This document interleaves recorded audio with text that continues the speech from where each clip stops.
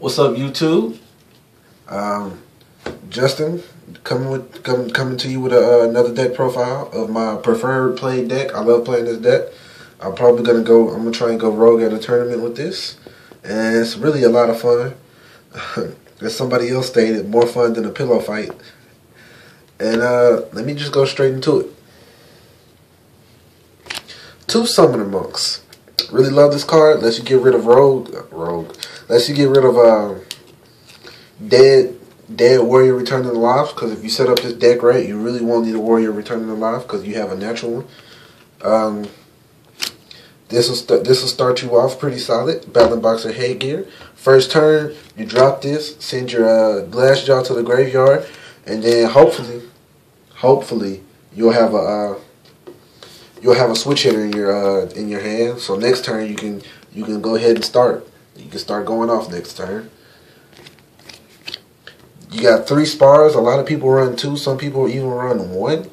They run 1 or 2 because they don't realize that his effect can be activated during main phase 2.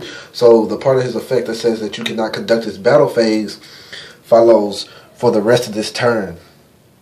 So when you special summon him, it can be after the battle phase, and your battle phase is not affected. That's the official ruling on that card. So I run 3 because it helps me get a quick exceed summon. And then here, to me, the best card in the deck besides the boss himself, Battlin Boxer Glass Jaw. He's really solid. When he's a 2000 beater. When he's attacked, he's sent to the graveyard before damage calculation, of course. And when he's sent to the graveyard by card effect, you can get 1 Battlin Boxer from the graveyard to your hand. The reason that is so good is simply because of this card right here. Battlin Boxer Switch Hitter. Switch Hitter lets you you get this first hand, and you get headgear first hand. You're pretty much set up for like infinite yoke. Since I don't have a lava chain, I run infinite yoke. And lead yoke is such a ridiculous monster. He is just like ridiculous. So these 3 together, when you summon him, you can special summon a Battlin Boxer at your graveyard. Exceed, lead yoke, torrential, detach switch hitter. You run into, let's say you run into a mirror force, detach Glass Jaw, bring switch hitter back to the hand, summon Glass Jaw at the graveyard, got yourself a fresh lead yoke, a fresh Blade Armor Ninja fresh lava chain. But unfortunately I don't have a lava chain, so I can't run that loop. And then for my last Battlin Boxer, I run 3 of the Counterpunch. A lot of people say run none. I don't know why. His effect is actually kind of ridiculous because since it doesn't rely on the graveyard, you can activate this pretty much whenever. Basically, discard this card in your Battlin Boxer. Not even discard. Banish it from your hand to graveyard, and your Battlin Boxer gains 1,000 attack points. So that's actually saved my behind a few times. Next, for my last 2 level 4s, Goblinger and Thunder King Rayo.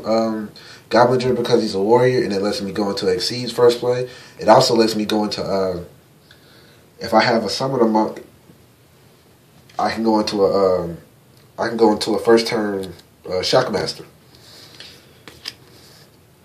Well, actually, if I have any Goblinger and any Battlin Boxer and a Spar, I can go into a first turn Shockmaster.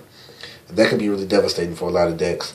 Thunder King stops those first turn KOs and stops people from going off on you instantly.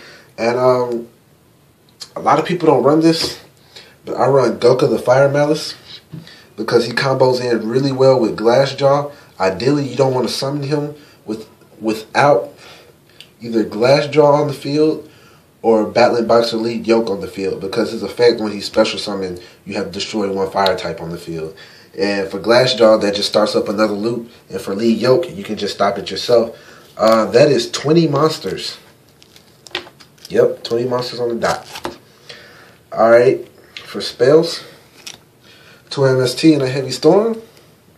I mean, We really don't like running into back row. We really don't like Macro Cosmos, and we really don't like D Prison. I will tell you, we love Torrential. Torrential is not the way to go against this deck. I promise. It's not gonna help you, and it's not gonna be pretty either. One Forbidden Lance because I don't have two. This card is a beast. The Warrior returning alive and Reinforcement of the Army. Rhoda, Reinforcement of the Army is a beast. Warrior returning alive, if I don't get it first or second turn, this card is most likely gonna be dead. So I just toss it so I can use Summon Amongst effect, and then I got an easy Exceeds rank 4.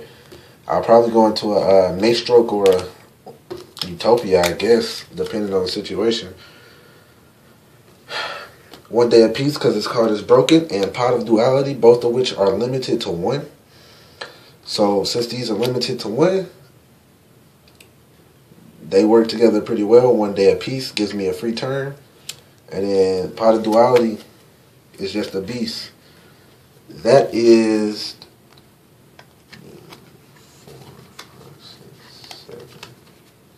7 spells. Alright, on to the traps. Breakthrough Skill Phoenix Chain. You see me run this combo in pretty much all of my deck. I have 2 breakthrough skills, but I think Phoenix Chain comes in a lot handier in certain situations.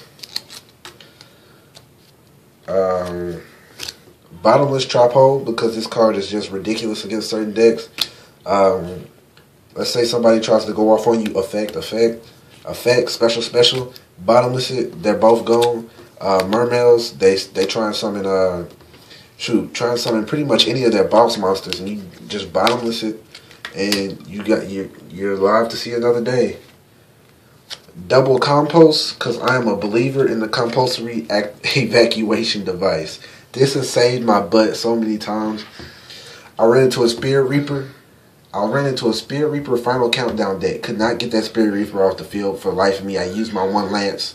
I had to compost it. I pulled Compost, took it, looped with Switch Hitter and Glassjaw. Went for the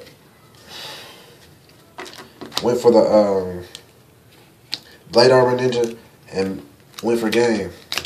Couldn't do anything about it because they just couldn't. I was waiting for a Battle Fader or whatever to show up on the field, but Compost gets the job done.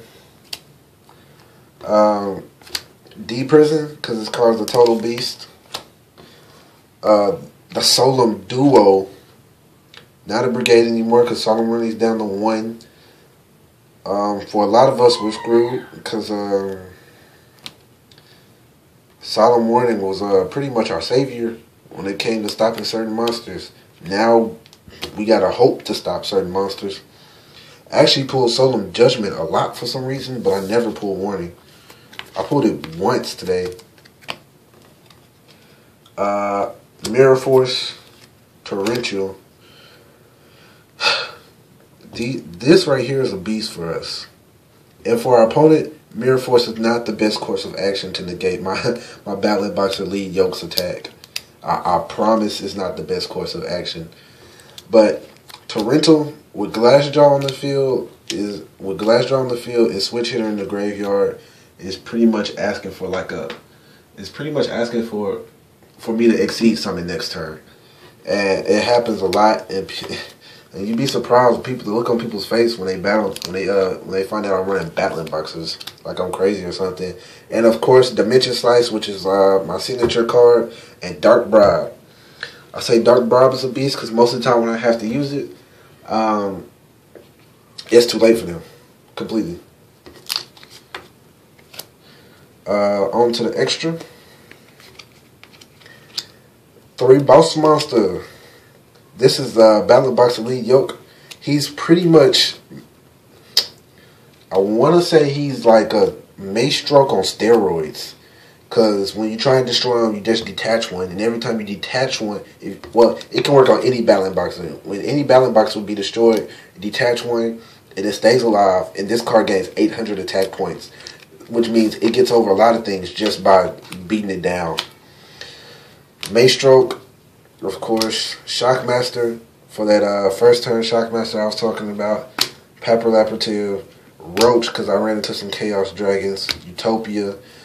Another one of my signature cards seems like Shark Drake, and for the possible but not probable wind up Zenmaines.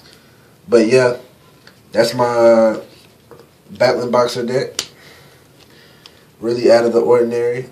Really, a lot of people are surprised and they don't really know how to handle it when you open up.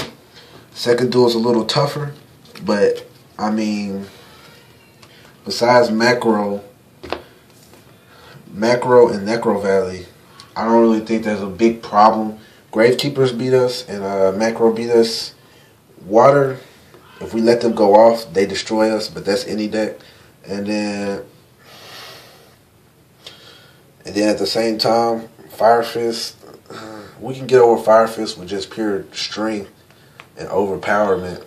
But other than that, this deck runs pretty well. I want to run Rogue at a tournament and see where I place. But my locals are 30 minutes away from here, regional 45 to an hour. So, you know, I don't really get to go out there often. But, yeah, that's my Battlin Boxer deck. Check it out. Try it out if you want to. I'll be making another build of it until I get my just oh so lovely deck. This one's pretty consistent, so I can't really complain. Alright, thank you. Like and subscribe. You know, and just keep up. You know, I'm tired of paying for Yu-Gi-Oh cards, trying to get that sponsorship. Thank you.